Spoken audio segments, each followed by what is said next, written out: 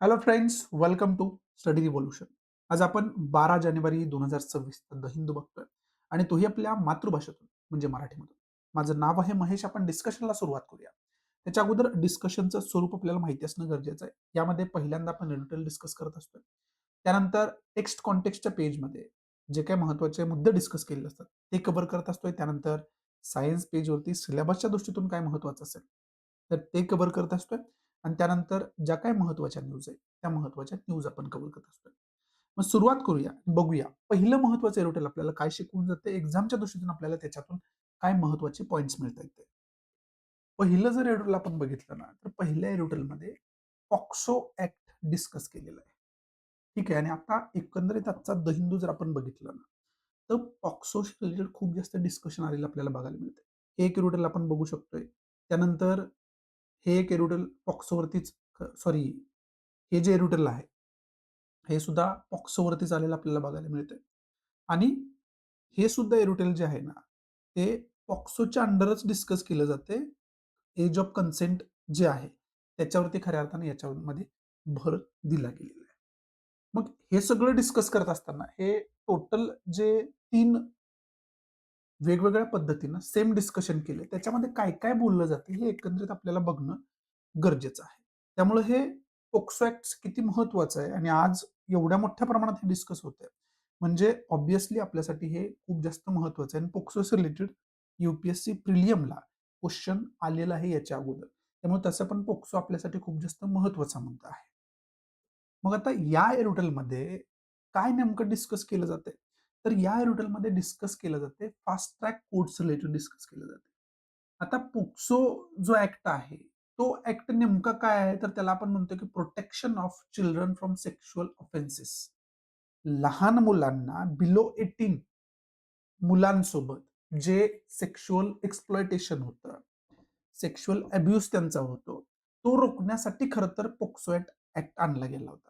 आणि हा POCSO act जो आहे, तो आपल्याला बघायला मिळतो की 2012 मध्ये आणला गेला होता. परंतु कुठलीही केस असली, तर ती ज्युडिशरीच्या अंडर वर्षानुवर्ष चालत राहते. आणि अशा पद्धतीनं एवढा खरं तर मेजर खरं तर ॲक्ट असताना सुद्धा तो जर वर्षानुवर्ष चालला, तर justice delayed means justice denied जे आपण म्हणतोय ना, की न्याय द्यायला उशीर होणं म्हणजे न्याय न देण्यासारखं आहे. असा कुठेतरी प्रकार होता आणि हा मुद्दा खूप सेन्सिटिव्ह आहे आणि जे पोक्सो ॲक्ट आहे, तो पोक्सो ॲक्ट याच्या खरं तर मुळच आणला गेला होता, की लहान मुलांना जे काही सेक्शुअली अब्यूज त्यांच्यासोबत होत असतोय, त्यामध्ये काय रेपच्या केसेस आहेत, त्या वेगळ्या कन्सिडर करण्यासाठीच पोक्सो ॲक्ट आणला गेला होता. आणि त्याचबरोबर हा ॲक्ट आणून फक्त चालणार नाही, तर रेपसारख्या ज्या सीरियस ऑफेन्स आहेत, त्या खरं तर गोष्टींना लवकर न्याय मिळण्यासाठी फास्ट ट्रॅक कोर्ट आणण्यात आलं. आणि आपल्याला सगळ्यांनाच माहिती आहे निर्भया केस. आणि त्या मग निर्भया केस नंतरच खरं तर देशाला असं वाटलं, की फास्ट ट्रॅक कोर्ट असायला पाहिजे. जे सीरियस केस आहेत, सेन्सिटिव्ह केस आहेत, त्या फास्ट पद्धतीनं चालल्या गेल्या पाहिजेत. आणि त्याच्यामध्ये आपल्याला यश सुद्धा कुठेतरी आलेलं आहे, असं लेखक म्हणतोय. आणि त्याच्यामध्ये मग आकडेवारी देत असताना इथं आपण बघतोय, की 2019 मध्ये जर आपण बघितलं, 2019 ते 25 पर्यंतची आकडेवारी लेखकाने इथे दिलेली आहे आपल्याला. आणि हा जो डेटा सोर्स आहे, तो सोर्स केलाय नॅशनल ज्युडिशियल डेटा ग्रिड. इथून खरं तर हा डेटा सोर्स आहे. म्हणजे ऑथेंटिक डेटा सोर्स या ठिकाणी दिलेला आपल्याला बघायला मिळतं. मग आता इथं लेखक आपल्याला समजावून सांगतोय, की फास्ट ट्रॅक कोर्टमुळं जे केसेस आहेत, त्या निपटण्यामध्ये केसेस खरं तर निकालात काढण्यामध्ये आपल्याला जी आपण म्हणू शकतोय त्याचं जे पर्सेंटेज आहे, त्याचं जे खरं तर काय म्हणू शकतो आपण त्याला? त्याचं जी आकडेवारी आहे ती वाढतच खऱ्या अर्थानं गेलेली आहे, जी की चांगली गोष्ट आहे. म्हणजे 2019 मध्ये 10.8% ज्या पेंडिंग ट्रायल्स आहेत त्या कंप्लीट केल्या होत्या आपण.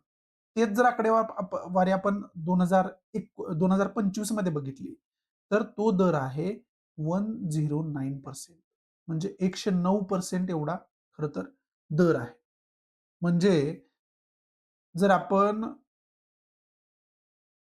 80,320 रजिस्टर्ड केसेस असतील वर्षाला, तर त्या वर्षात त्याच्या अगेन्स्ट आपण 87,754 केसेस खरं तर निकालात काढलेत असं आपण बोललं जातं. म्हणजे अॅन्युअली डेटा केला इथं दिलेला आहे आणि अॅन्युअल डेटा काय दिलाय? डिस्पोजल रेट व्हर्सेस खरं तर डिस्पोजल रेट किंवा केस रिझोल्यूशन आणि कन्व्हिक्शन रेट दिलेला आहे या ठिकाणी. आणि हा जो डेटा आहे, हा डेटा आपल्याला काय सांगतोय, की रजिस्टर्ड केसेस किती झाल्या एका वर्षात? तर 2025 मध्ये तर 80,320 केसेस रजिस्टर झाले. आणि त्याच वर्षामध्ये अगोदरच्या ज्या पेंडिंग केसेस होत्या, अगोदरपासून ज्या चालू केसेस होत्या, त्या निकालात किती निघाल्या? तर त्याचा रेट आहे 87,754. एवढ्या केसेस खरं तर डिस्पोज आपण केल्या किंवा रिझॉल्व्ह केल्या.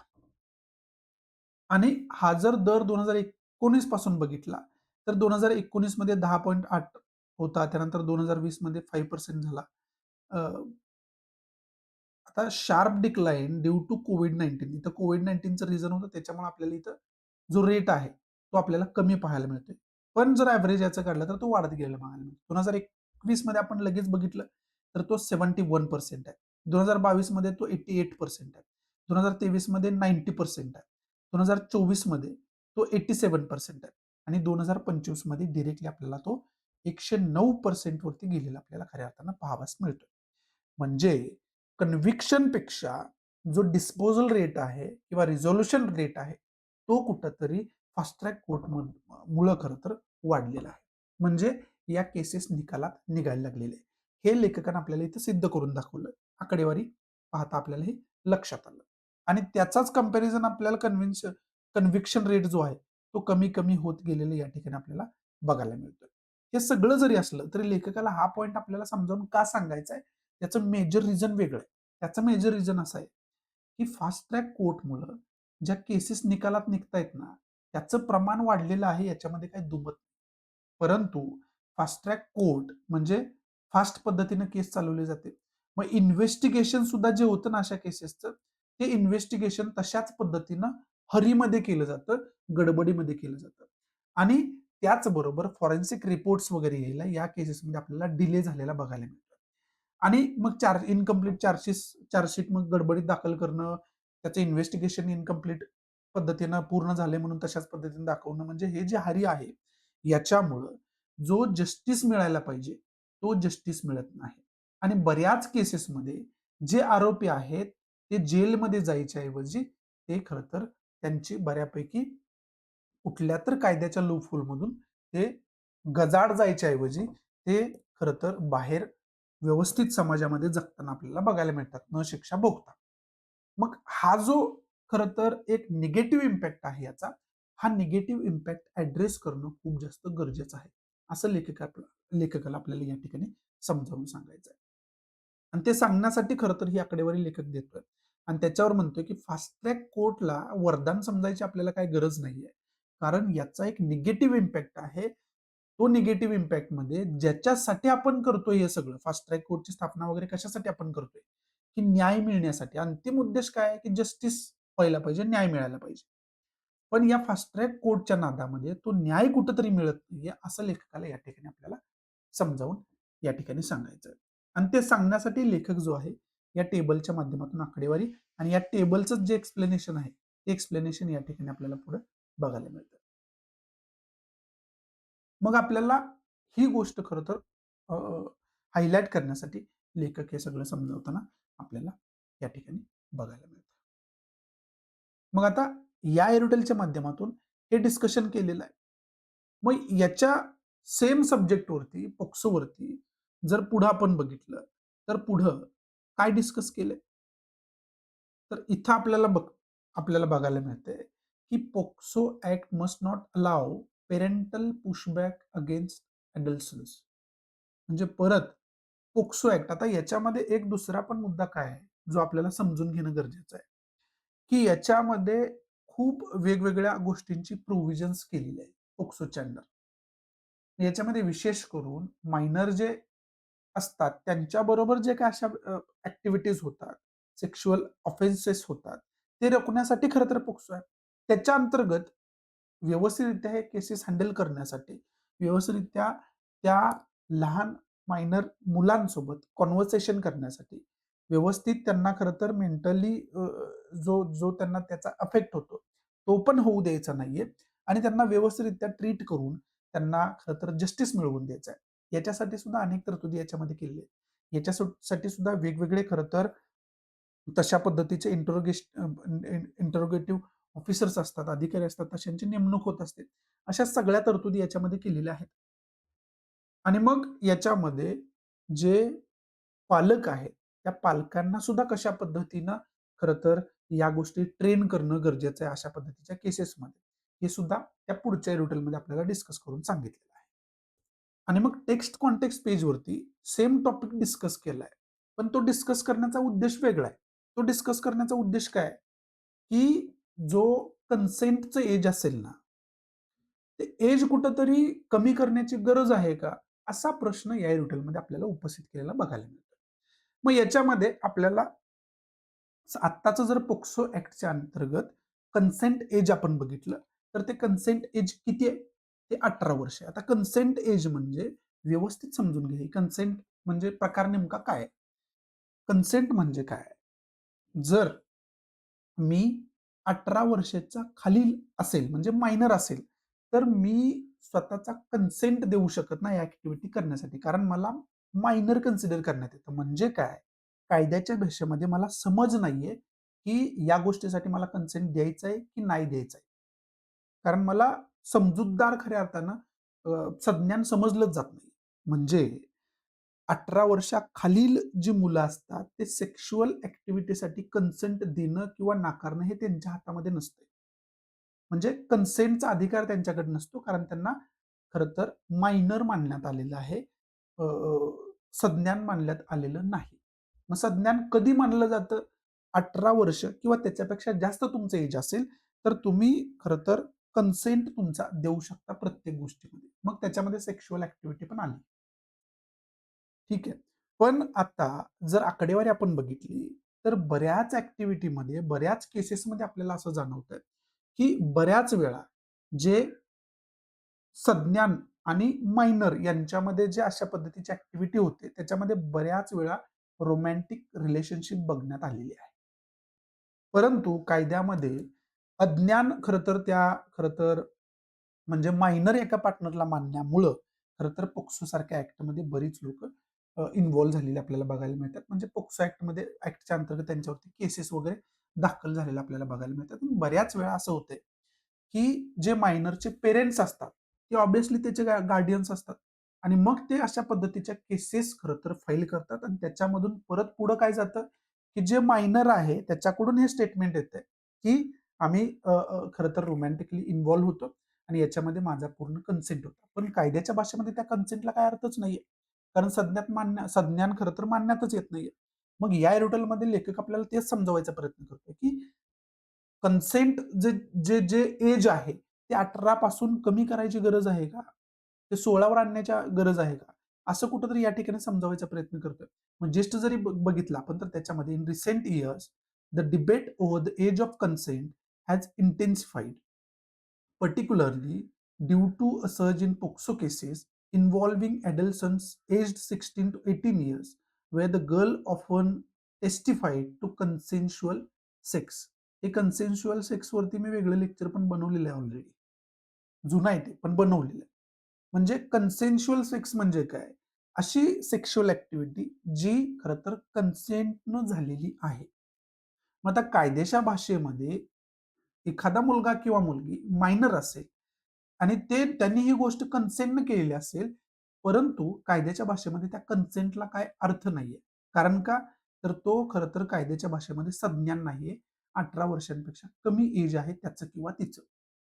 त्यामुळं मग अनेक वेळा जे आहे या गोष्टी पॉक्सोच्या अंडर रजिस्टर केल्या जातात आणि ते केस चालते. त्याचबरोबर अन unfold study अनलायझिंग 7,640 POCSO judgments across Assam, Maharashtra, and West Bengal found that 24.3% of them involved romantic relationships, with 82% of the victims in such cases refusing to testify against the accused. म्हणजे जर 7,064 cases POCSO ज्या आपण बघितल्या, तर एक study आहे.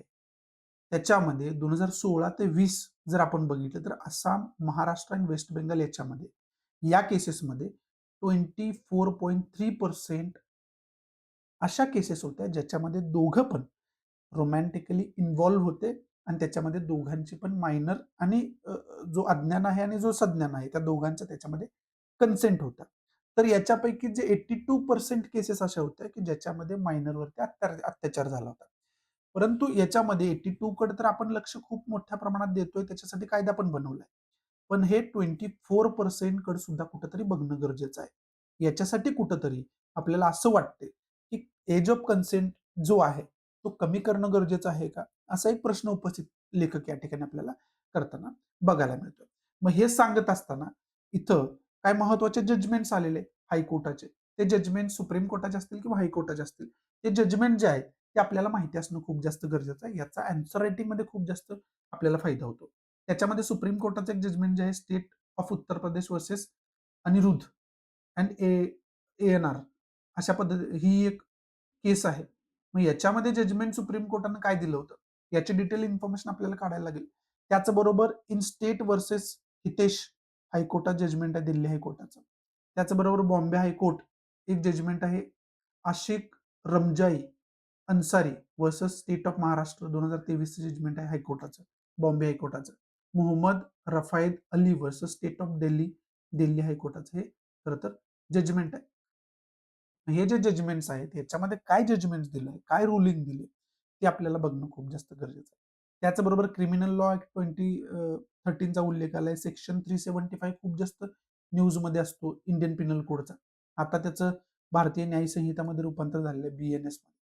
मग ह्याची जागा कोणत्या आर्टिकल्सनं घेतलेली आहे? ते आर्टिकल सुद्धा तुम्हाला बघणं खूप जास्त गरजेचं आहे. त्याची पण इन्फॉर्मेशन तुम्हाला काढून खऱ्या अर्थानं ठेवायला लागेल. त्या दृष्टीतून हा जो मुद्दा आहे पोक्सोचा तो आपल्यासाठी खऱ्या अर्थानं खूप जास्त महत्वाचं आहे असं आपण म्हणू शकतोय.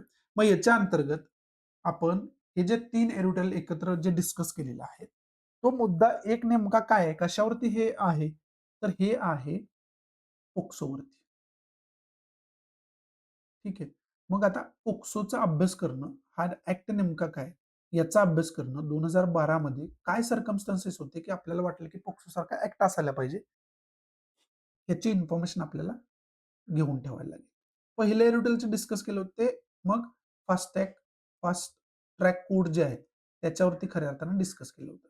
मग हे फास्ट ट्रॅक कोड जे आहे ते आपण निर्भया फंडातून खरं तर निर्भया फंड म्हणून गव्हर्नमेंटनं त्याच्यामध्ये हजारो कोटी इन्व्हेस्ट करून फास्ट ट्रॅक कोर्ट जे आहे त्यांची खरं तर स्थापना केली. मग हे फास्ट ट्रॅक कोर्ट हे नॉर्मल कोर्टापेक्षा वेगळं काय असतं याच्यामध्ये? याची एक रचना कशा पद्धतीची असते? कशा पद्धतीनं याची एस्टॅब्लिशमेंट झाली होती? याच्या रिलेटेड तरतुदी ज्या आहेत ते कायद्यामध्ये काय काय दिलेल्या आहेत या सगळ्या गोष्टींची इन्फॉर्मेशन आपल्याला काढावी लागेल. तिसरा तुम्हाला फास्ट ट्रॅक कोर्टचा डेटा दिला होता. तो डेटा तुम्ही त्याची नोट बनवून ठेवणं गरजेचं आहे. हे तुम्हाला मेन्सचा आन्सर रायटिंग करता त्यावेळेस तुम्हाला अशा पद्धतीचा डेटा दिला तर मार्क्स मिळवण्यामध्ये आणखी तुम्हाला त्याचा फायदा होतो. त्यामुळे तो डेटा तुम्हाला माहिती असणं गरजेचं आहे.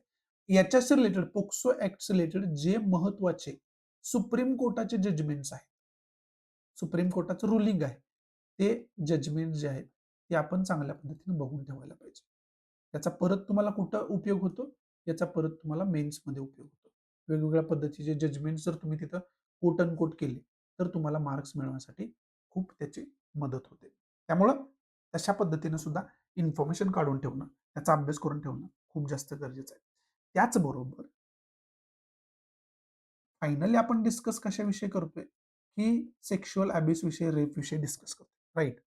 मग आता इंडियन पिनल कोड असू द्या किंवा आत्ताचा भारतीय न्याय संहिता असू द्या, याच्या अंतर्गत कोणकोणते सेक्शन्स जे आहेत ते याच्या रिलेटेड आहेत याचा अभ्यास आपल्याला करायला लागेल. त्याच्यामध्ये काय याची डेफिनेशन वगैरे दिलेली आहे, काय तरतुदी दिलेल्या आहेत, या सगळ्या पॉइंट वाईज त्याची खरं तर नोट बनवून ठेवणं आणि त्याचा चांगल्या पद्धतीने अभ्यास करणं हे याच्यामध्ये करायलाच पाहिजे. त्या पद्धतीनं आपल्यासाठी ते खूप जास्त महत्वाचं होऊन बसतं.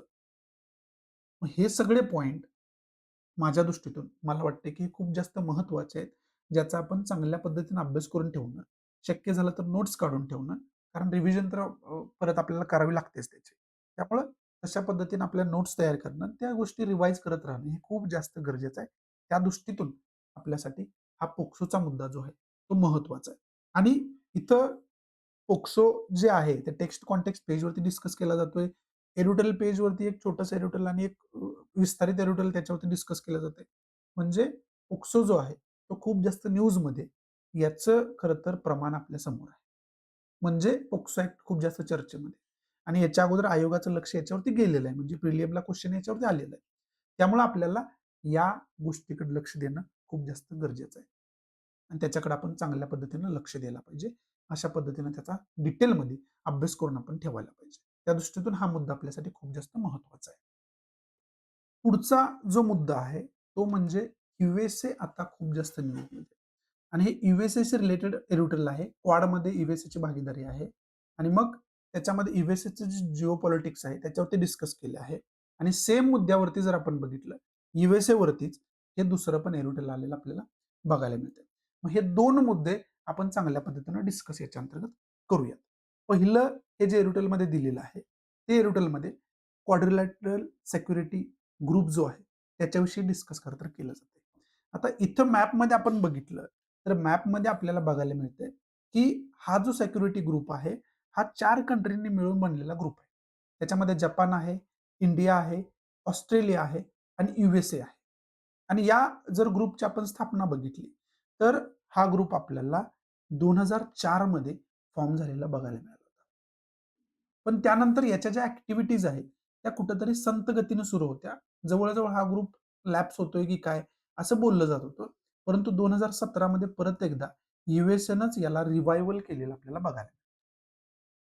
आता युएसए याला रिवायवल का करतोय? युएसएला क्वाडची का गरज आहे? हे नीट समजावून घेणं गरजेचं आहे. सॉरी, जगातला सगळ्यात जास्त जर व्यापार आपण म्हटलं तर तो समुद्री मार्गाने होतो आणि कुठल्या एरियामधून होतो? इंडो पॅसिफिक रिजन मधून होतो. तर इंडो पॅसिफिक रिजन कोणता आहे? पॅसिफिक ओशन आणि इंडियन ओशन मिळून बनलेला जो रिजन आहे तो इंडो पॅसिफिक रिजन आहे. म्हणजे हा रिजन इंडो पॅसिफिक रिजन म्हणून ओळखला जातो आणि याच रिजन मधून मोठ्या प्रमाणात जो आहे तो व्यापार आपल्याला होताना खरं तर बघायला मिळतो. मग आता या रिजन मधून जर व्यापार होत असेल तर या रिजन मध्ये शांतता प्रस्थापित करणं खूप जास्त गरजेचं आहे. पण बऱ्याच वेळा आपण काय बघितलेलं आहे, चायनासारखी जी कंट्री आहे, ती मग साऊथ चायना सी असू द्या किंवा मग हा पूर्ण इंडो पॅसिफिक रिजन असू द्या, त्याच्यामध्ये एक स्वतःचा दबदबा निर्माण करण्याचा प्रयत्न करत असते. आणि मग युएसएला हे चालेल का? तर ऑब्व्हियसली चालणार नाही. त्यामुळे युएसएला या एरियामध्ये शांतता प्रस्थापित करायची. म्हणजे काय करायचं आहे? याला स्वतःचं पण वर्चस्व डेव्हलप करायचं आहे आणि चायनाचं पण वर्चस्व जे आहे, ते इथं डेव्हलप होऊ द्यायचं नाही. याच्यामुळं खरं तर क्वाडची गरज आहे. म्हणून क्वाड हा टिकला पाहिजे. क्वाड हा चांगल्या पद्धतीनं वर्कआउट झाला पाहिजे. याच्यासाठी युएसए ऑब्व्हियसली प्रयत्न करणार. आणि एकट्या युएसए मुळे जर बघितलं तर जगभरामध्ये खूप गोष्टी सुरू आहेत. एक तर क्युबासारख्या छोट्याशा कंट्रीला आता हे टार्गेट करायला लागलेत.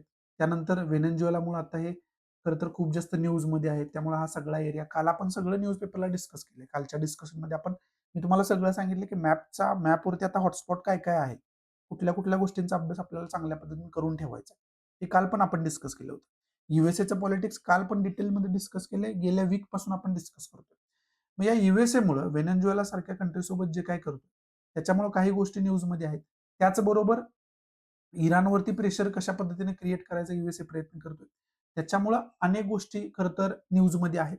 आणि मग आता क्वाड ग्रुपचं त्याचं काय महत्व आहे हे इथं समजावून सांगण्यासाठी तुम्हाला हा मॅप मी दाखवण्याचा प्रयत्न केलाय. मग आता याच्या अंतर्गत आता भारत सुद्धा त्याचा हिस्सा आहे. पण पुढंच या एरुडलमध्ये काय डिस्कस केले गेले, की आता आपण बघितलं, की जगभरातल्या वेगवेगळ्या ऑर्गनायझेशन ज्या 66 ऑर्गनायझेशन युएसए नुसार निघालेले आहेत, ज्याचा युएसए आता पार्ट असणार नाही. ते काल आपण डिस्कस केलं होतं कशावरती विशेष करून UNFCCC वरती डिस्कस केलं होतं. त्याचबरोबर IPCC वरती डिस्कस केलं होतं. United nation inter governmental panel on climate change. म्हणजे प्रदूषणामध्ये सगळ्यात मोठा वाटा युएसए सारख्या कंट्रीचा आहे, चायना सारख्या कंट्रीचा आहे. पण प्रदूषण मुक्त करण्यासाठी जे एफर्ट्स करायला पाहिजे, प्रदूषण मुक्त करण्यासाठी व पर्यावरणाला प्रोटेक्ट करण्यासाठी जे हजारो डॉलर्स खर्च करायचे, त्याच्यामध्ये मात्र युएसए म्हणतोय की मी त्याचा पार्ट बनणार नाही, आमच्या इंटरेस्टनुसार ते नाही. म्हणजे प्रदूषण तुम्ही करणार आणि प्रदूषण रोखण्यासाठी जे काही प्रिकॉशनरी मेजर्स घ्यायचे त्याचा पार्ट तुम्ही बनणार नाही. म्हणजे काय? तुम्ही जी पापं केलेली आहेत त्याचं खरं तर भुगतान दुसऱ्या कंट्रीने करायचं. ही कुठेतरी मेंटॅलिटी याच्यातून आपल्याला बघायला मिळाली. युनायटेड स्टेट ऑफ अमेरिकेची अशा 66 ऑर्गनायझेशन आहेत. त्याच्यापैकी हे जे युनायटेड नेशनचे एन्व्हायर्नमेंट फ्रेंडली प्रोग्राम्स आहेत, ग्रुप्स आहेत, त्याच्यामधून सुद्धा ते बाहेर पडताना आपल्याला बघायला मिळतात. त्याचबरोबर infant mortality rates related world health ऑर्गनायझेशनचे जे काय इन्फंट मोर्टॅलिटी जे काही प्रोग्राम्स आहेत कमी करण्यासाठी, डिसीज सर्व्हिलन्स प्रोग्राम्स आहेत, halting and advance of tuberculosis cure करण्याचे काही प्रोग्राम्स आहेत, मलेरिया, HIV, एड्स अशा आजारांना खरं तर लगाम घालण्यासाठी काही प्रोग्राम्स आहेत. याच्यामध्ये यांना एक्सटर्नल फंडिंगची खूप जास्त गरज असते आणि USA सारखी जी कंट्री आहे ती मोठ्या प्रमाणात याच्यामध्ये फंडिंग करू शकते. कारण ऑब्व्हियसली महासत्ता कंट्री आहे, अर्थव्यवस्था खूप स्ट्रॉंग आहे, डॉलर खूप स्ट्रॉंग आहे. परंतु अशा कंट्रींनी जर याच्यामध्ये सहभाग नाही दर्शवला तर खऱ्या अर्थाने येणाऱ्या काळामध्ये हे प्रोग्राम कुठेतरी कमकुवत होताना आपल्याला खरं तर बघायला मिळते. हा एक वेगळा मुद्दा USS रिलेटेड डिस्कस याच्यामध्ये केलेला आहे. परंतु जर क्वाडचा मुद्दा फक्त आपण बघितला पहिल्यांदा तर त्याच्या अंतर्गत आपल्याला कोणकोणत्या पॉईंटचा अभ्यास करायचा आहे हे पहिल्यांदा बघून घेणं गरजेचं आहे. हे पहिल्यांदा बघून घ्या. आता USA मुळे काय काय गोष्टी न्यूज मध्ये आहेत त्याच्यानुसारच आपल्याला त्या पॉईंटचा अभ्यास करणं गरजेचं आहे. आता पहिला याच्यामध्ये सगळ्यात महत्वाचा पॉईंट काय होऊन बसतो, की पहिला महत्वाचा पॉईंट होऊन बसतो. USA जो आहे, तो व्हेनेझुएला सोबत जे काही ॲक्टिव्हिटीज करतोय, तो ॲक्टिव्हिटी खऱ्या अर्थानं आपल्याला बघायला मिळते. ठीक आहे. मग हे एक केस स्टडी म्हणून आपल्याला अभ्यास करायला लागेल. आता याच्यामुळे न्यूजमध्ये काय जिओग्राफीच्या दृष्टीतून बघितलं तर इथं तुम्ही कॅरेबियन सी बघू शकता. तो कॅरेबियन सी न्यूजमध्ये. त्याचबरोबर छोटी-छोटी बेटांच्या स्वरूपातल्या कंट्रीज आहेत. जमायका सारखी कंट्री आहे जिथून हुसेन बोल्ट वगैरे येतो. अशा काय जिओग्राफिकल टॉपोग्राफीज वेगवेगळ्या आहेत. मग त्या जिओग्राफिकल टॉपोग्राफीज आपल्याला चांगल्या पद्धतीने अभ्यास करणं खूप जास्त गरजेचं आहे. त्याचा अभ्यास आपण करून ठेवायला पाहिजे. राइट. त्याचबरोबर अशा पद्धतीची ॲक्टिव्हिटी व्हेनेझुएला सोबत झाली.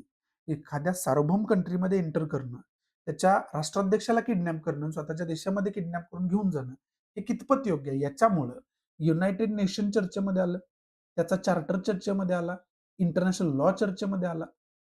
मग या सगळ्या गोष्टींची जी आहे, ती बेसिक इन्फॉर्मेशन आपल्याला काढून ठेवायला लागेल. कशाला युनायटेड नेशनची स्थापना केली गेली? याचा अभ्यास आपल्याला करून ठेवायला लागेल. त्या गोष्टींचा अभ्यास आपल्याला करून ठेवणं खूप जास्त गरजेचं आहे.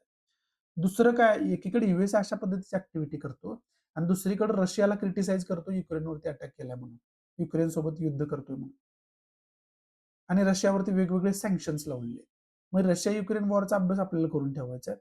इंडियाची पोझिशन याच्यामध्ये काय त्याचा अभ्यास आपल्याला करून ठेवायचा आहे. त्याचबरोबर USA जो आहे, तो इंडियावरती वेगवेगळे टॅरिफ्स लावतोय. का? तर रशियाकडून आपण ऑइल खरेदी करतो म्हणून. मग जे टॅरिफ इम्पॅक्ट आहे, ते टॅरिफ इम्पॅक्टचा अभ्यास आपल्याला करून ठेवणं आलंच त्याच्यामध्ये. आता 5% टॅरिफ्स बोललं जाते, की बोललं जाते म्हणजे तशा पद्धतीचे बिल पास झालंय USA मध्ये. मग जवळ-जवळ रशियाकडून ज्या कंट्री ऑइल खरेदी करतील, त्यांच्यावरती जवळ-जवळ रशियासारखे सँक्शन्स लावलं USA आता येणाऱ्या काळामध्ये लावणार आहे. मग त्या सगळ्या गोष्टींचा त्याचा भारतीय अर्थव्यवस्थेवरती काय परिणाम होईल? या सगळ्या गोष्टींचा अभ्यास त्याच्यामध्ये करणं आलंच. त्या दृष्टीतून महत्वाचं आहे. त्याचबरोबर इराणवरती वेगवेगळ्या पद्धतीनं खऱ्या अर्थानं USA जो आहे, तो प्रेशर क्रिएट करत असतो. त्याचा अभ्यास आपल्याला करणं आलं त्याच्यामध्ये. त्याचबरोबर हे सगळं जे USA करतोय त्याच्यामध्ये मेजर रिझन एक आहे. ते म्हणजे oil economy. Crude oil, crude ऑइलची सत्ता खरं तर यांना पाहिजे. क्रूड ऑइलची गरज आहे.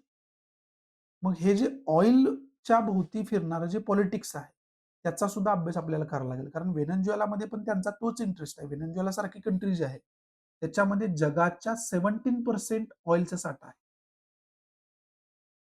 एकट्या व्हेनेझुएलामध्ये. मग तिथं जर आपलं वर्चस्व प्रस्थापित झालं, तर एवढा सगळा मोठा फायदा त्याच्यामध्ये घेता येणार आहे आपल्याला. हे USAला माहिती आहे. त्यामुळे सुद्धा तशा पद्धतीची ॲक्टिव्हिटी USA करताना आपल्याला बघायला मिळते. त्यामुळे हे जे ऑइलशी रिलेटेड पॉलिटिक्स जगभरामध्ये सुरू आहे, त्याची एक वेगळी केस स्टडी म्हणून अभ्यास आपल्याला करणं खूप जास्त गरजेचं आहे. त्याचा अभ्यास आपण करून ठेवायला पाहिजे. हे खरं तर या बऱ्यापैकी एरिटलमधून आपल्याला खऱ्या अर्थानं बघायला मिळतं आणि त्याचबरोबर मग इथं विशेष करून इंडो पॅसिफिक रिजन विषयी बोललं जातं.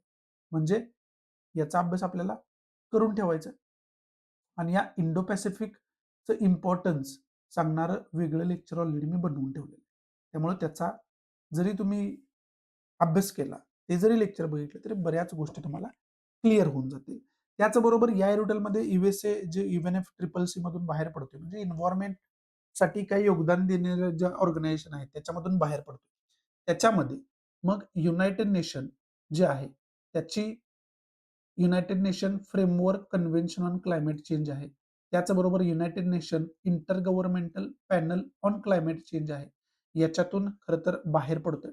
म्हणजे UNF ट्रिपल सीचं जे काय कॉन्फरन्स ऑफ पार्टीच्या मीटिंग्स होतात. लास्ट मीटिंग 13 मीटिंग झाली ब्राझीलला. अशा कॉन्फरन्स ऑफ पार्टीचे इन्फॉर्मेशन आपल्याला काढून ठेवायला लागेल. त्याच्यामध्ये USA नसण्याचे इम्पॅक्ट काय-काय होतील, जे आपण कालच्या लेक्चरमध्ये डिस्कस केले.